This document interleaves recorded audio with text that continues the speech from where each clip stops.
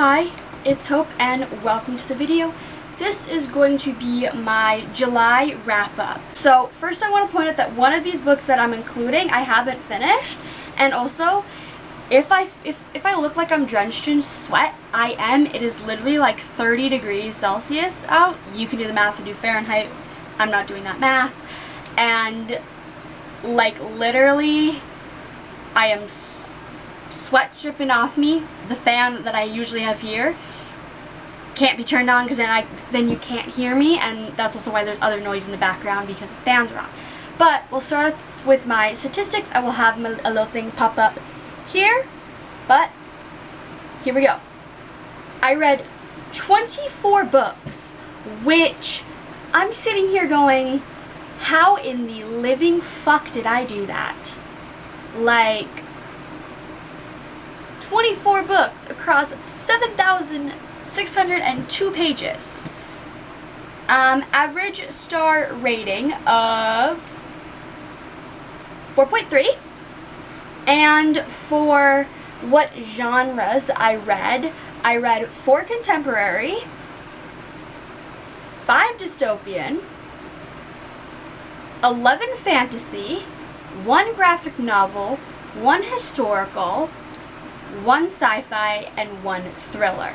I also want to point out that out of those 24 books, I DNF'd 2 of them, which if you want to see which 2 I DNF'd, check out my like mid-month wrap-up, which will be up, I think it's in this corner.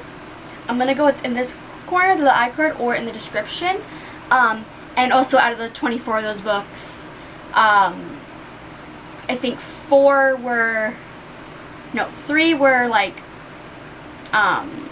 novellas, so they were really short as well. So like there's that. So it's a lot of books, but then it's not a lot of books. I also realized I forgot to say like the audience thing. I read 2 adult, 1 middle grade, and 21 YA. I totally forgot, so this is why this clip is added in. But let's actually start talking about the books. The first book, I'm trying not to spin on this freaking chair. The first book that is going to be a part of this is More Than Just a Pretty Face by Syed and Masood, and this I gave a 4-star rating, and this is about a boy named Daniel who is defying his family, like his Muslim family norms of wanting to go to culinary school instead of a practical job like his parents want.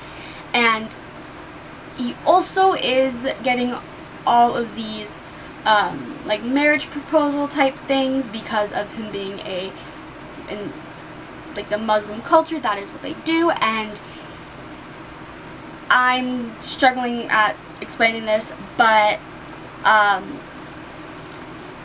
it's I'm struggling to figure out how to describe this. Like, I read it, I don't remember that much.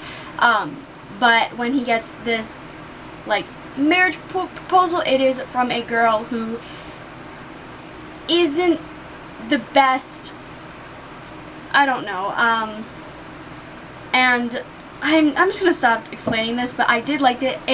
It taught me a little bit more about the Muslim culture than I knew, and I'm not saying if anything that is in there is accurate, but from what I know and what I have learned through the media and all that, it seems to be fairly accurate.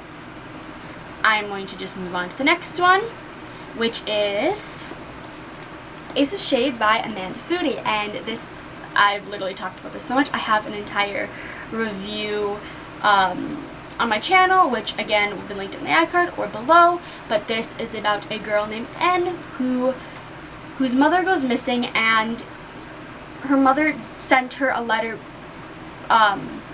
before her mother went missing. There was a letter sent that said, if I do go missing, contact this person named Levi in New Rains, which is the city that her mother went to. So N hops on a boat and goes to New Rains to find this Levi person, and it's kind of N and Levi trying to find N's mother, and realizing that N's mother was tied up in things that are really not good. And we go from there, and it is like this gang mafia, like 1920s kind of setting, I think. Yeah, I have an entire review to talk about it more, but this I gave 5 stars. This was a reread. I literally just kissed the book. I love it so much. Like, I'd like 100% recommend go pick this up. It is so good. And next we have Wicked Saints by Emily A. Duncan, and this I gave 4 stars.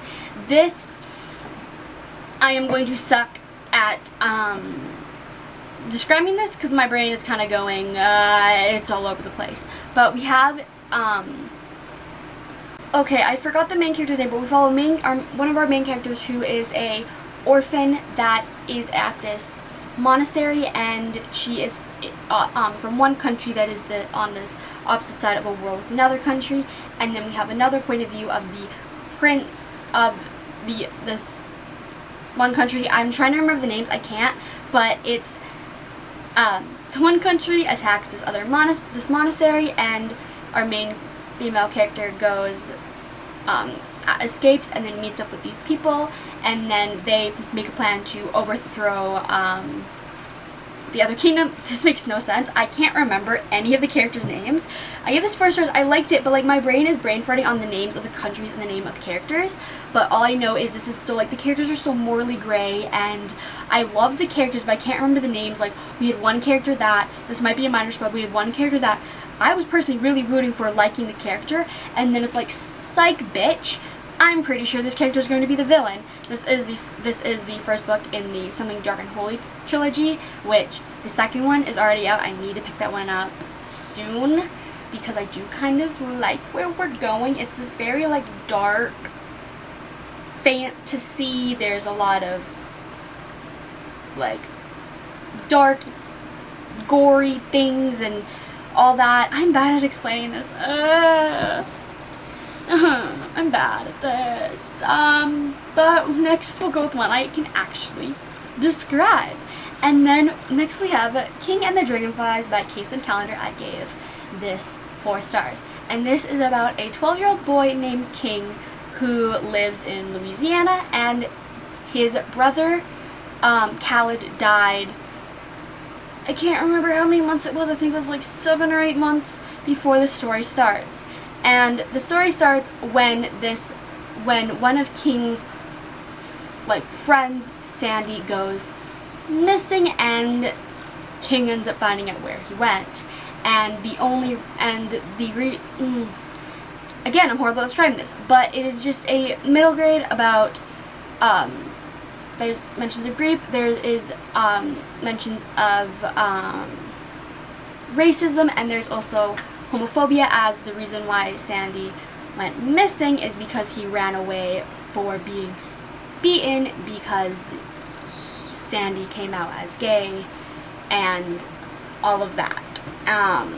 But I don't know, this I would recommend this because it also shows that like the world and how sometimes the world isn't from a 12-year-old's point of view, which means you understand that shit so good. Now, this is where we get a lot of books from the same series. So, Destroy Me by Tahereh Mafi, I gave this 4 stars. This is a book, the first novella in the Shatter Me series. It's considered book 1.5 if you want to see what I thought of the first book. Again, link for the first half, because I read this during the Shatter Me during the first half. But Destroy Me, I gave 4 stars. I did like it because we saw things from Warner's point of view, which I love Warner after reading the first chunk of the series. But I don't really have much more to say than I liked what we saw, I liked what we got, I liked learning more about Warner's past and all of that, and that leads into Unravel Me, which I gave 5 stars. This book I read in one sitting, and it's 461 pages. Like, I think I like this series if I read a 461 page book in one sitting, which is the largest book I've ever read in one sitting. But I should probably explain what the Shatter Me series is. It's about a girl named Juliet who, her touch is lethal, and then she ends up getting recruited by this reestablishment, which is kind of like the military, to be a like weapon. But Unravel Me follows the story of after that. I can't really explain much more, but Unravel Me I gave 5 stars. Fracture Me, which is the second novella in the series, and this follows a character named Adam, which this story mainly just kind of like bridges the gap between between Unravel Me and Ignite Me. And then we have Ignite Me, which I gave 5 stars. I also read this in one sitting. If that makes any sense, I just like blew through that really quickly, but I loved all of them really. The only reason, I don't even know if I mentioned that I gave Fracture Me 3 stars, like, I don't know, I'm all over the place at this point. But next we have Bonecryer's Moon by Kathryn Purdie, and this is about a girl named Elise, I think that is how you pronounce her name, Elise, who is a bone crier, and bone criers are females who ferry the dead either into heaven or hell, basically. And to become a like bone crier farrier, you need to have these 3 bone graces, which are bones of animals, and you get the powers of them, and you have to do this like rite of passage, which means you have to kill your one true love. And we also have Bastien, who is Elise's one true love, and he is trying to kill bone criers because a bone crier killed his father and his friend's father. And then we have Sabine, who is Elise's best friend and fellow bone crier, and it ends up being that when Elise is trying to find her one true love, which is Bastien, she ends up getting kidnapped by Bastien and his friends, and we go from there basically. But I gave this 4.5. I did really like it. I am excited for Bonecryer's Dawn, which comes out, I want to say in March of next year. I could be totally wrong. I think it's like March something. But I am excited for that, because this book I did just pick up on a whim when I was at Chapters in July, and I didn't really expect to love it as much as I did. Next we have The Dream Thieves by Maggie Steifvater, and this I gave a 3.5 stars. This is the sequel to the Raven Boys, which follows.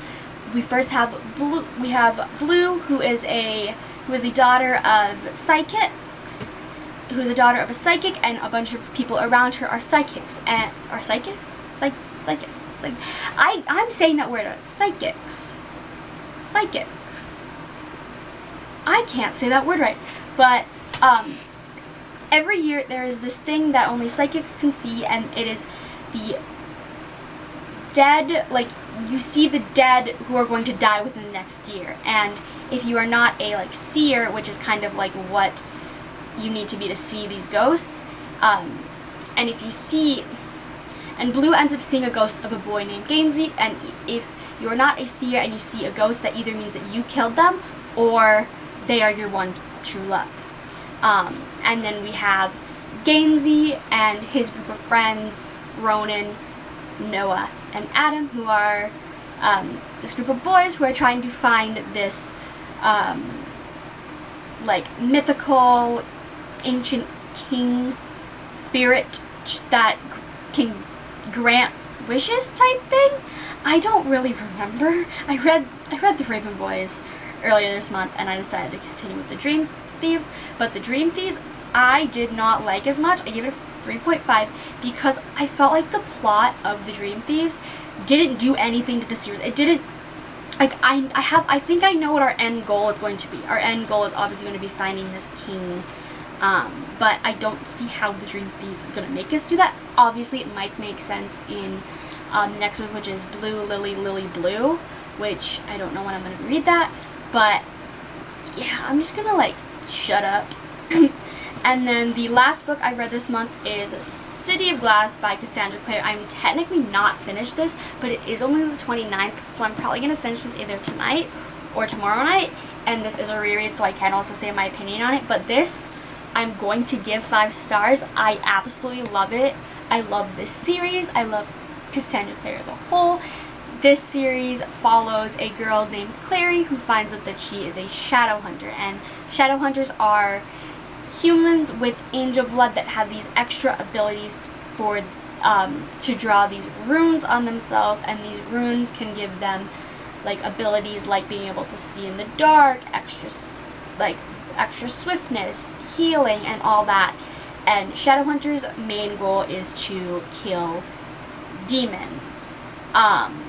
And I can't really explain much more, because this is the 3rd book in the series. I'm doing like an entire Shadowhunter Chronicle reread where I read 1 book a month, 1 or so books a month. But yeah, I know I'm going to keep this a 5-star. I absolutely love it, but I just don't have it finished yet. So yeah, those were the second half of the 24 books that I read this month. I'm sorry if this video wasn't as like hip, like upbeat. I'm sweating, I'm tired, I was moving my grandma all day, but I had to film this because this is like the only time I have where there's not noise coming from the living room, with my dad being home because the TV's on literally the other side of my wall. Not that it matters. But yeah, this video kind of sucked, and I'm sorry for that. But I hope you enjoyed it. Bye.